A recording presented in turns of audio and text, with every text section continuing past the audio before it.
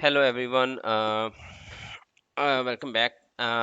सो आज मैंने आपको बताना था कि यूनाइटेड अल्फा में मैंने जो स्पार्क प्लग चेंज किए हैं उससे क्या इसकी एवरेज में और परफॉर्मेंस में कोई डिफरेंस आया है कि नहीं आया। तो मैं आपको बता दूं कि परफॉर्मेंस में तो बहुत डिफरेंस आया है। इसके जो जर्क्स थे वो ख़त्म हो गए हैं। जब ये मैं हाई गियर में जब स्पीड स्लो होती थी तो उठाने की कोशिश करता तो एक दफ़ा ये बैठ जाती थी गाड़ी। तो अब ऐसा नहीं होता। वैसे भी वो जो है ना वो पिक भी इससे काफ़ी अच्छी हो गई है और बड़ी ज़बरदस्त हो गई है परफॉर्मेंस के लिहाज से। लेकिन जो एवरेज है ना, एवरेज जो इसकी पहले दिन से थी अभी भी वही है। मैंने जो है इसके सिंपल जो सादा स्पार्क प्लग होते हैं ना वो यूज़ किए। जब मैंने गाड़ी ली थी सेकंड हैंड लास्ट ईयर तो उसमें सादा स्पार्क प्लग थे। तब मुझे ये 12-13 एवरेज दे रही थी विद इन सिटी। और जब लॉन्ग के ऊपर आप जाते हैं और आपका आरपीएम 3 को क्रॉस नहीं करता तो ये आपको 15-16 दे देती है विद एसी। और फिर मैंने क्या किया, मैंने जी पावर के इसके प्लग डलवाए थे, उस पे भी सेम एवरेज होती थी।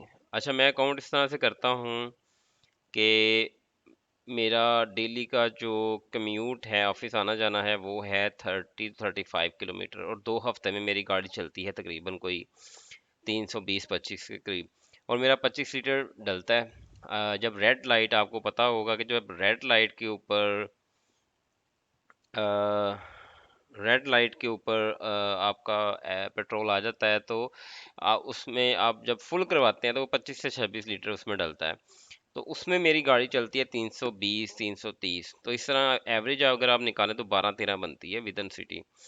तब भी वही एवरेज थी। अब ये स्पार्क प्लग लगा के तो एवरेज इसकी यही है। मैंने इसको 2-3 हफ्ते प्रॉपर टेस्ट किया है विद इन सिटी लॉन्ग के ऊपर। अच्छा, लॉन्ग के ऊपर अगर वही मैंने आपको बताया ना, 3 से अगर आप आरपीएम रखें तो ये आपको 15-16 दे देती है एवरेज। तो असल में ये तो साहब एक स्टैंडर्ड ही है सब गाड़ियों के साथ ही। अगर आप 3 के ऊपर आरपीएम रहेगा तो आपको 15-16 एवरेज मिलेगी। लेकिन लॉन्ग के ऊपर विद इन सिटी 12-13 एवरेज आपको मिलेगी। और अगर मैं आपको बताऊं कि यार ये एवरेज बुरी नहीं है, सब गाड़ियों की एवरेज इतनी ही है 1000 सीसी गाड़ियों की। आप सुजुकी की कल्टस देख लें, न्यू पुरानी वैगन आर। मेरे कुलीग हैं, मैंने उनसे पूछा है, वो कहते हैं यार हमें भी 12-13 मिलती है। जो कल्टस नई वाली है लॉन्ग के ऊपर वो ज़्यादा दे देती है, 18-19-20 इस तरह करके दे देती है। लेकिन लोकल में उसकी एवरेज भी इतनी ही है। वैगन आर की अगर लॉन्ग के ऊपर मैक्स 15-16 है, लोकल में उसकी भी 12-13-14 इस तरह से है। मैंने एक नहीं काफ़ी लोगों से कंफर्म किया है। तो अगर आपको 12-13 एवरेज मिल रही है, प्लग आप सादे भी अगर लगा के आपको जर्क महसूस नहीं होते इसके ऊपर या अंडर पावर नहीं लगती तो आप सादे भी यूज़ कर सकते हैं। लेकिन रीडीएम प्लग जो मैंने यूज़ किए हैं डेंसो के, वो लगा के भाई गाड़ी का मज़ा आ जाता है। वैसे मैं आपको बताऊं, प्लग तो मैं तो कहूँगा कि आप रीडीएम प्लग लगवाएं। एनजीके के मैंने यूज़ नहीं किए, आप एनजीके के लगवा के देख लें। तो वो उसकी परफॉर्मेंस जो है ना इसकी अच्छी है रीडीएम प्लग्स की, क्योंकि मैंने पहले वाले प्लग्स भी देखे हैं और इसमें भी परफॉर्मेंस में बड़ा फ़र्क है इनमें। तो एवरेज जो अगर आप आल्टो के भी देख लेना तो उसकी भी शहर के अंदर 15-16 एवरेज है, 2-3 किलोमीटर का कोई इतना फ़र्क नहीं है।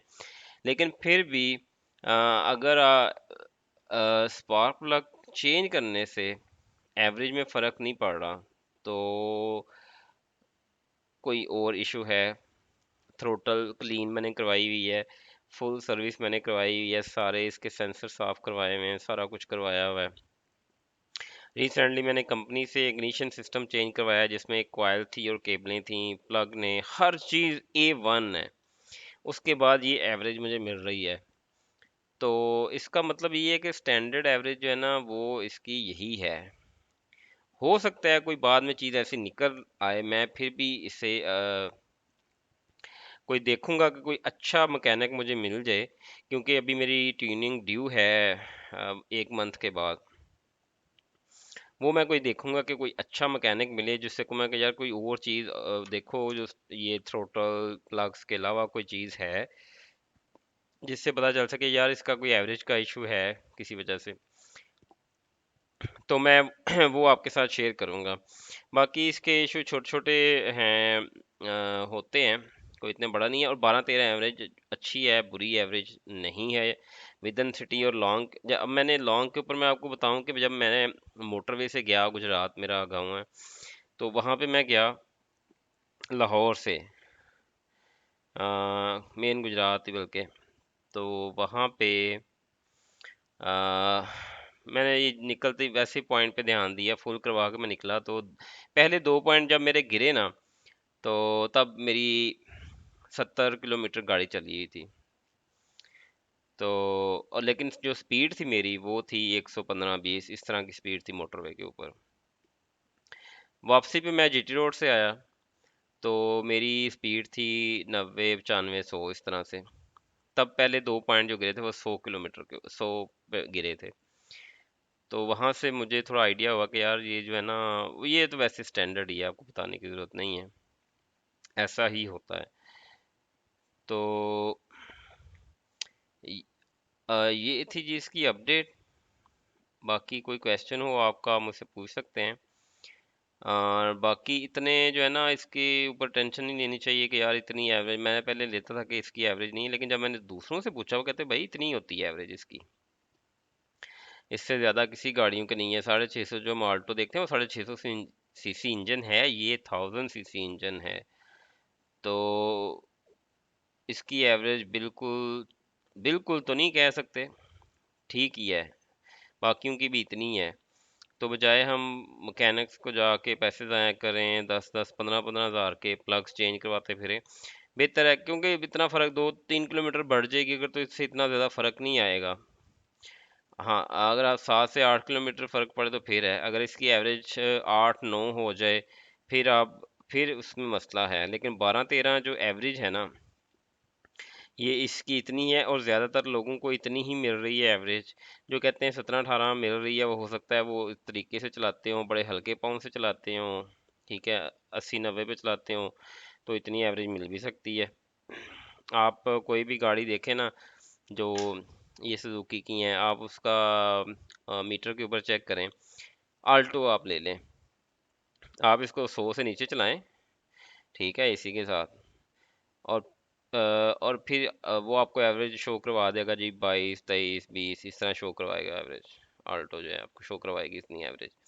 आप उसको ले जाएं 120 पे, फिर देखिएगा आपको वो कितनी एवरेज शो करवाता है, करवाती है आल्टो। वो आ जाएगी भाईजान 10-11 के ऊपर, ठीक है। तो असल में जो गाड़ी जो चला रहा होता है उसको, उसी को सही पता होता है, क्योंकि हम सब गाड़ियां तो रख नहीं सकते। लेकिन अ, अपनी सेटिस्फेक्शन के लिए बंदा देख लेता है कि यार मेरी इतनी दे रही तो बाकी कितनी दे रही हैं। बाकी भी अगर इतनी दे रही हैं तो फिर क्या है इसमें। अगर आपको फिर ज़्यादा पेट्रोल एवरेज चाहिए तो फिर आप 650 पे चले जाएं, 1000 सीसी में इतनी ही एवरेज है, ठीक है। तो मैं इसकी ट्यूनिंग करवाऊंगा कुछ दिन बाद, और उससे कहूँगा कि यार कोई और चीज़ मुझे बताओ, क्या हो सकती है और चीज़ जिससे हम चेक कर सकते हैं इसका। तो वो भी मैं आपके साथ अपडेट शेयर करूँगा। एक इशू आ रहा था मुझे ना इसके दरवाजे पे, वहां से मुझे चूं चूं की आवाज़ आती थी ड्राइविंग साइड वाले से। तो मैं बड़े परेशान था, मैं कहा यार ये दरवाज़ा इसका खुल गया है, लूज हो गया है या क्या हो गया है। मैं डेंटर के पास गया, वो ईमानदार बंदा था, उसने कहा कि यार मैं अभी फिक्स कर देता हूँ। उसे इसका लॉक थोड़ा सा लूज किया, इसको थोड़ी सी अंदर किया, दरवाज़ा बंद किया। अब दरवाज़ा लॉक थोड़ा पीछे आ गया हुआ था, दरवाज़ा पूरा अंदर जाता ही नहीं था, जिसकी वजह से थोड़ा चूं चूं करता था। थोड़ा सा उसने अंदर किया, दरवाज़ा बंद किया और वो ठीक हो गया। तो इसके छोटे छोटे इस तरह के भी इश्यूज जो है ना वो आपको आ सकते हैं। असल में इसका मेन मसला ये है कि इसके ना आपको सर्विसेज नहीं मिलती। आजकल लोग जो फेसबुक के ऊपर डिस्कशन कर रहे होते हैं कि यार ये प्लग लगा लो, ये प्लग लगा लो। भजन, सारा काम प्लग्स का नहीं होता। आप सुजुकी शोरूम जाएं, उनको कहें कि भजन जो स्विफ्ट में, जो नई स्विफ्ट आई है उसमें जो प्लग लगते हैं वही इसमें लग जाते हैं, आप वो प्लग लेके लगवा लें। सुजुकी के पास जितने प्लग्स हैं सारे के सारे सादे प्लग हैं, कोई इरिडियम, कोई प्लाटिनियम, कोई कुछ नहीं है, सादे प्लग्स हैं। ठीक है, तो जिनकी एवरेज अच्छी है उनकी अच्छी है, आल्टो की देख लें सादे प्लग हैं। तो जो स्विफ्ट आई हुई है ना उसकी एवरेज भी आप चेक कर लें, किसी का ऑनर रिव्यू चेक कर लें, वो उसकी भी 13, 14, 15 इतनी एवरेज है, वो भी 1000 सीसी है। ठीक है, तो 12, 13 मिल रही है आपको, बहुत अच्छी एवरेज है। ठीक है, मज़ीद इसको आप अगर मेरे पास हो सकता है कोई ऐसी चीज़ निकल आए जिससे एवरेज ठीक हो जाए, तो मैं वो आपको ज़रूर बताऊंगा। तो अनटिल नेक्स्ट टाइम, अल्लाह हाफिज़।